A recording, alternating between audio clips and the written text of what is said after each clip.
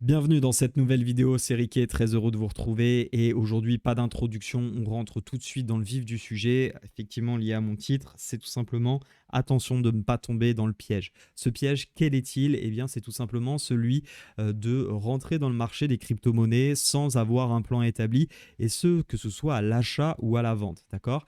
Attention, va y avoir du FOMO, c'est obligatoire et ça peut se comprendre à vrai dire, notamment si tu n'es pas formé sur les marchés financiers, que tu découvres et tu vas voir, bah, forcément, hein, la psychologie dans le trading, c'est très important, mais il va falloir que tu essayes au maximum de te structurer.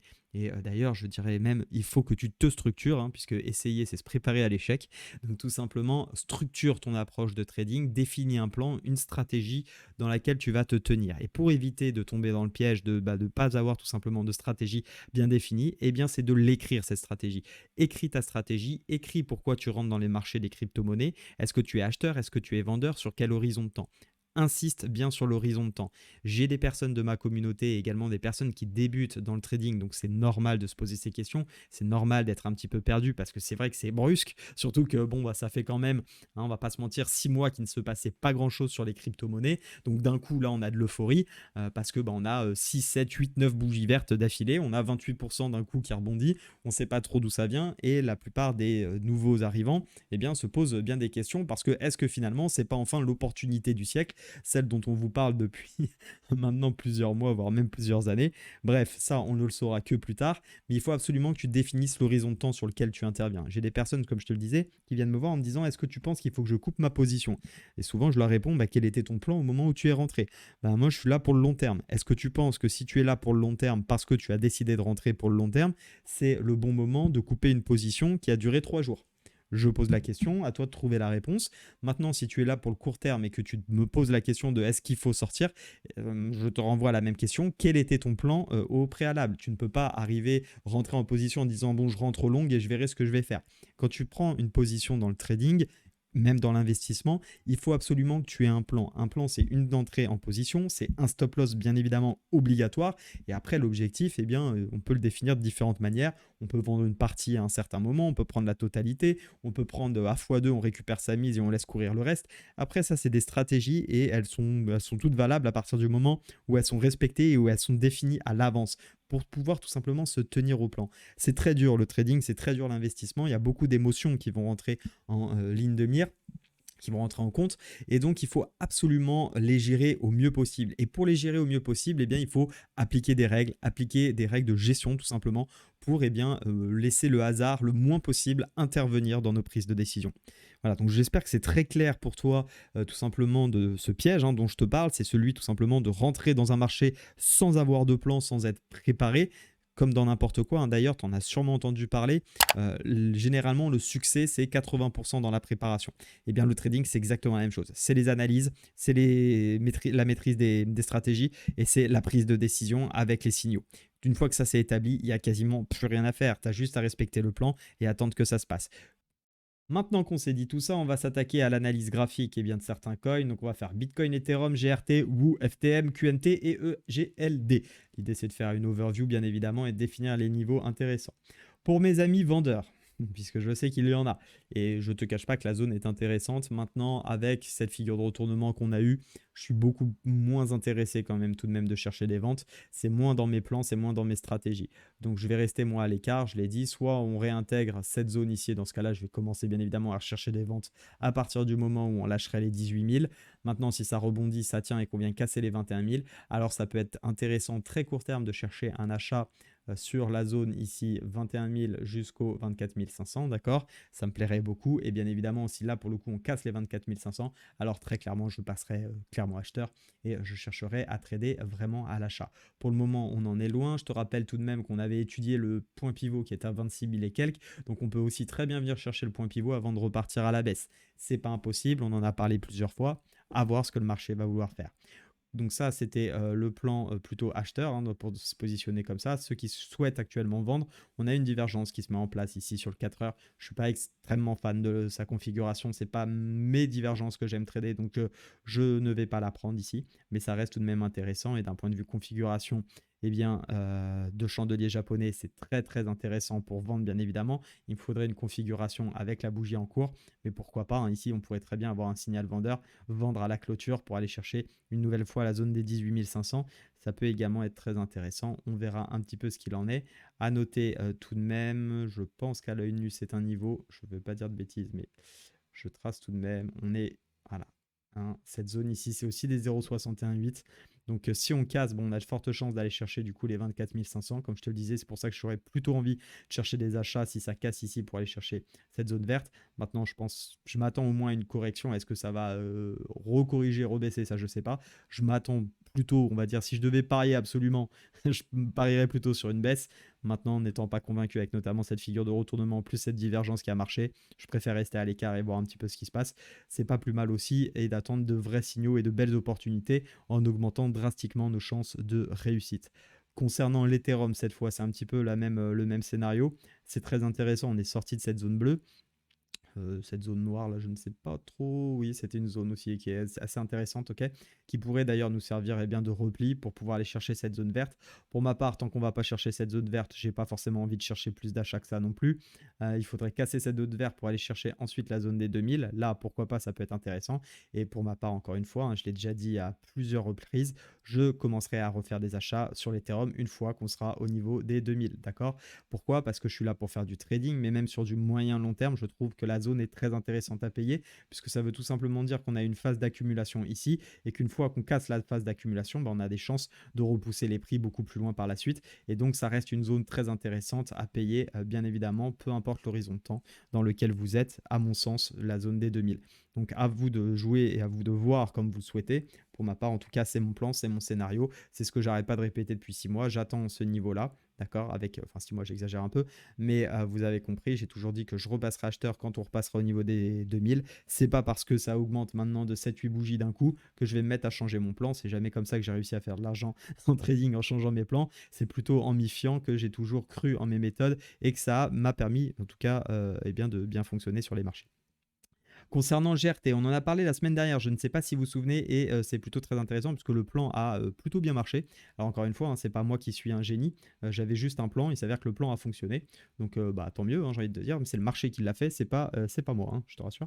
Donc il n'y a pas de mérite à avoir trouvé potentiellement le plan. De toute façon, c'est simple, c'est soit ça monte, soit ça descend. Par contre, ce qu'il faut essayer de trouver, c'est des belles opportunités pour payer. Et là, GRT, pour le coup, c'est beaucoup plus intéressant parce qu'on a un très beau W, parce qu'on a de la marge également pour aller chercher ce dernier plus haut au niveau des 0,099 et bien évidemment qu'un repli sur cette zone ici qui tenait ici en résistance, hein, qu'on avait méché 2 fois, un repli avec une belle petite configuration 1 heure ou 4 heures, pourquoi pas payer pour le coup et aller chercher ce niveau-là, notamment si on a un Bitcoin qui tient sa zone par exemple des 18 500, si on était amené à replier. Donc il va falloir jouer un petit peu avec tout ça, suivre bien évidemment, moi je reste très proche du Bitcoin pour voir ce qu'il fait, pour prendre mes décisions sur le reste, parce que généralement quand il se porte bien, tout va bien, quand il se porte moins bien, tout va moins bien. Donc c'est aussi simple que ça. Donc là, j'aimerais bien effectivement un joli petit repli, retest là sur la zone des 0,75, pourquoi pas, et payer avec un stop loss assez court et aller chercher la zone des 0,099. Pardon. Ça serait très très intéressant sur GRT puisqu'on a cassé l'oblique. Également le WU, regardez, très intéressant. Alors le WU, un petit peu décalé là, l'oblique, c'est un petit peu la même chose que ce qu'on a vu sur d'autres. Je vais retirer parce qu'il n'y avait que 2 points de contact et non pas 3. En revanche, pareil, très beau W, donc il maintient ici cette zone. On n'est pas à l'abri pour l'instant d'avoir une réintégration. Ceci dit, on a quand même cassé le plus haut. Maintenant, on a cassé le plus haut un dimanche. Je me méfie également toujours de ce qui se passe le week-end. Vous allez me dire, mais qu'est-ce que tu es méfiant, Ricky? Bah oui, je préfère être trop prudent que de FOMO, hein, comme d'habitude. Donc moi, je n'ai pas de souci à attendre les confirmations. Encore une fois, c'est les confirmations qui m'ont permis de gagner et jamais le fait de rentrer en retard ou parce que vite j'avais l'impression de perdre. Je l'ai fait, hein, au tout début et ça n'a jamais marché, hein. C'est comme anticiper les configurations, hein, quand on se dit ah tiens c'est en train de casser mais j'ai pas encore la clôture. Bon bah j'ai suffisamment payé de ma poche pour savoir qu'il faut toujours attendre les clôtures, quitte à rentrer un peu plus tard mais avoir plus de chances de réussite. En tout cas ici pour l'instant on pullback, donc il y a deux choses intéressantes. Soit cette zone ici tient et dans ce cas-là faut chercher, absolument pour moi, il faut chercher à acheter cette zone sur le WU jusqu'à tout simplement le dernier plus haut. D'accord? Et là, ça sera encore plus intéressant puisque pour le coup, on aura vraiment une magnifique structure en W, d'accord? Et alors là, à partir de ce niveau-là, il faudra payer vraiment tous les setup acheteurs qu'on aura. J'aurai aucun problème à le faire. Pour le moment, on n'en est pas là. Pourquoi pas voir si ça tient ici, mettre un stop loss à ce niveau-là et aller chercher le dernier plus haut, ça peut être intéressant. Maintenant, pourquoi pas aussi avoir une réintégration et venir plutôt payer cette zone qui est bien plus intéressante, notamment pour ceux qui sont là à moyen long terme. Je trouve cette zone très pertinente, bien évidemment, sur le Woo à payer. Concernant FTM, très très belle configuration. Ça ne tiendrait que à FTM, je pense que je paierai. Maintenant, comme je l'ai dit, je vais plutôt attendre tout simplement des signaux avec le Bitcoin et attendre qu'il valide certaines zones. Acheter ici, je vois pas trop l'intérêt pour viser cette zone, donc je vais attendre plutôt un repli. J'ai noté ce premier niveau. Il faudrait vraiment avoir un signal assez sexy pour pouvoir le payer. Je vois qu'on est quand même beaucoup en surachat. Pour ma part, la vraie zone qui m'intéresserait, ça serait tout simplement cette zone ici des 0,25 que je trouve vraiment superbe. Un très très beau W. Vous voyez, parfois je vous dis, attention, je ne suis pas trop fan de ce W. Ça, c'est des W qui sont construits dans le temps. On n'a pas les petits W qui font ça et on se dit, ah ça y est, ça va retourner le marché. Ce que je trouve d'ailleurs était un peu le cas pour ma part sur le Bitcoin. Tu vois, finalement, ce W ici qui était un petit peu étriqué malgré tout, bon certes, il a fait probablement son objectif technique, je pense, ou à quelque chose près. Mais après, malheureusement, il s'est retourné parce que finalement, il ne s'est pas vraiment construit dans le temps. Ce qu'il faut bien comprendre dans un W, c'est pas juste de dire il y a un W, c'est bon, tout le monde voit la même chose. C'est de comprendre ce qui s'est passé dans cette zone. Et dans cette zone, on a tout simplement des gens qui accumulent et au bout d'un moment, ça casse, d'accord? Donc finalement, toute cette zone a tenu et les acheteurs, les gros acheteurs sont dans cette zone. Donc une fois que ça a cassé ici, eh bien, ils souhaitent que ça aille plus haut. Et c'est ce qu'ils vont faire. Ils vont prendre des profits partiels et repayer, profit, etc. Okay, c'est comme ça que les marchés montent jusqu'au moment où ils décident de ne plus payer. Donc attention bien évidemment à rester prudent sur ce type d'actifs, mais ça n'empêche que c'est tout de même très intéressant. J'ai envie de reparler de Quant. Pourquoi? Parce que Quant, pour moi, malgré tout, c'est un des seuls qui est vraiment en tendance haussière. Et lui, pour le coup, il est vraiment dans une tendance haussière. Alors certes, on a une résistance ici qui a bugué, qui n'est pas passée, mais regardez, là, on a vraiment des configurations, d'accord, de tendance haussière. Pourquoi? Parce qu'on a des plus bas qui tiennent, ok, et on a des plus hauts. Pour l'instant, bon, on a eu cette phase de latéralisation de pause, mais on l'a recassé cette zone. Donc, a priori, payer cette zone des 0,5, on a tenu les 0,618 à quelque chose près. Donc, tenir les 0,618 comme ça, faire un W, recasser les 0,5, il y a quand même des chances statistiques qu'on aille rechercher la zone des 229. Et pour le coup, le Quant, oui, c'est une crypto-monnaie que je surveille de près pour payer, si vous voulez, tout savoir et avoir mon avis. En revanche, une petite crypto-monnaie qui malgré tout tire un peu la tête, et je l'ai fait plus pour certaines personnes de ma communauté qui apprécient ce coin, c'est le GLD, il n'y a aucune structure de retournement, on est en train de bloquer malheureusement sur cette zone ici qui avait fait support 2 fois. On est plus en train de faire un pullback. Alors peut-être qu'avec la force du marché, ça va réintégrer. Malgré tout, ça donne très très envie de vendre. Je ne sais pas si on a... Regardez, non, on n'a pas de divergence. Mais ça sent pas très très bon. On a un double top en formation. Attention, encore une fois, à ne pas anticiper. Mais oui, c'est sûr que lâcher cette zone ici en clôture 1 heure des 38,98, ça donne plutôt envie désormais de rechercher des shorts concernant le GLD. Donc on va rester patient bien sûr les amis, mais en tout cas on l'a vu, il y a quand même pas mal de configurations.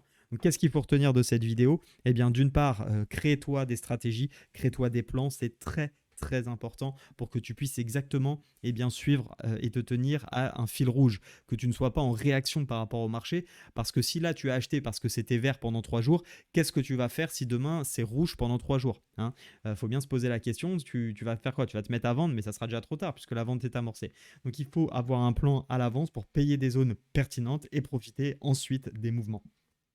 Ça, c'est vraiment très important. Et puis, j'espère surtout que les analyses graphiques t'ont bien aidé. Je te rappelle que si tu veux aller un pas plus loin dans le trading, tu as ma formation complètement gratuite que tu peux télécharger en lien dans la description. Tu as également ma newsletter à laquelle tu peux t'inscrire. Ça sera avec grand plaisir. Je partage des opportunités dans mes newsletters. Donc voilà, parfois, il y a de quoi se régaler. On a payé notamment Technip la semaine dernière. C'était une opportunité action. J'ai donné une nouvelle opportunité cette semaine sur une grosse action américaine. Charge à ceux qui veulent la prendre de se positionner. En tout cas, c'était plutôt très intéressant. On verra un peu ce qu'elle donne puisque les marchés américains sont fermés en ce lundi 16 janvier. Très bonne fin de journée à tous. Pour ceux qui m'écoutent avant le live de ce soir 19h30, eh bien, je vous attends. On va parler money management. J'ai des choses exceptionnelles à vous montrer. Vous allez voir à quel point c'est important de penser money management, mais pas sur le court terme, bien sur le long terme, et que c'est bien plus intéressant de faire du trade avec du pourcentage de son capital plutôt que de chercher des x10 avec des tout petits pourcentages de son capital. capital. Je vais vous montrer des exemples qui sont très clairs et on verra qu'il est bien plus intéressant d'aller chercher du risque ratio plutôt que de prendre 1% de son capital, par exemple 10 euros de 1000 euros de capital, d'acheter 50 cryptos et puis d'espérer qu'il y en a une qui fasse x10 parce qu'au finalement, les 100 euros, on les aurait fait bien plus rapidement avec une stratégie de money management qu'en attendant un x10 par exemple. Voilà, petite parenthèse. Donc très bonne fin de journée à tous. Restez prudents sur les marchés et à très vite. Ciao!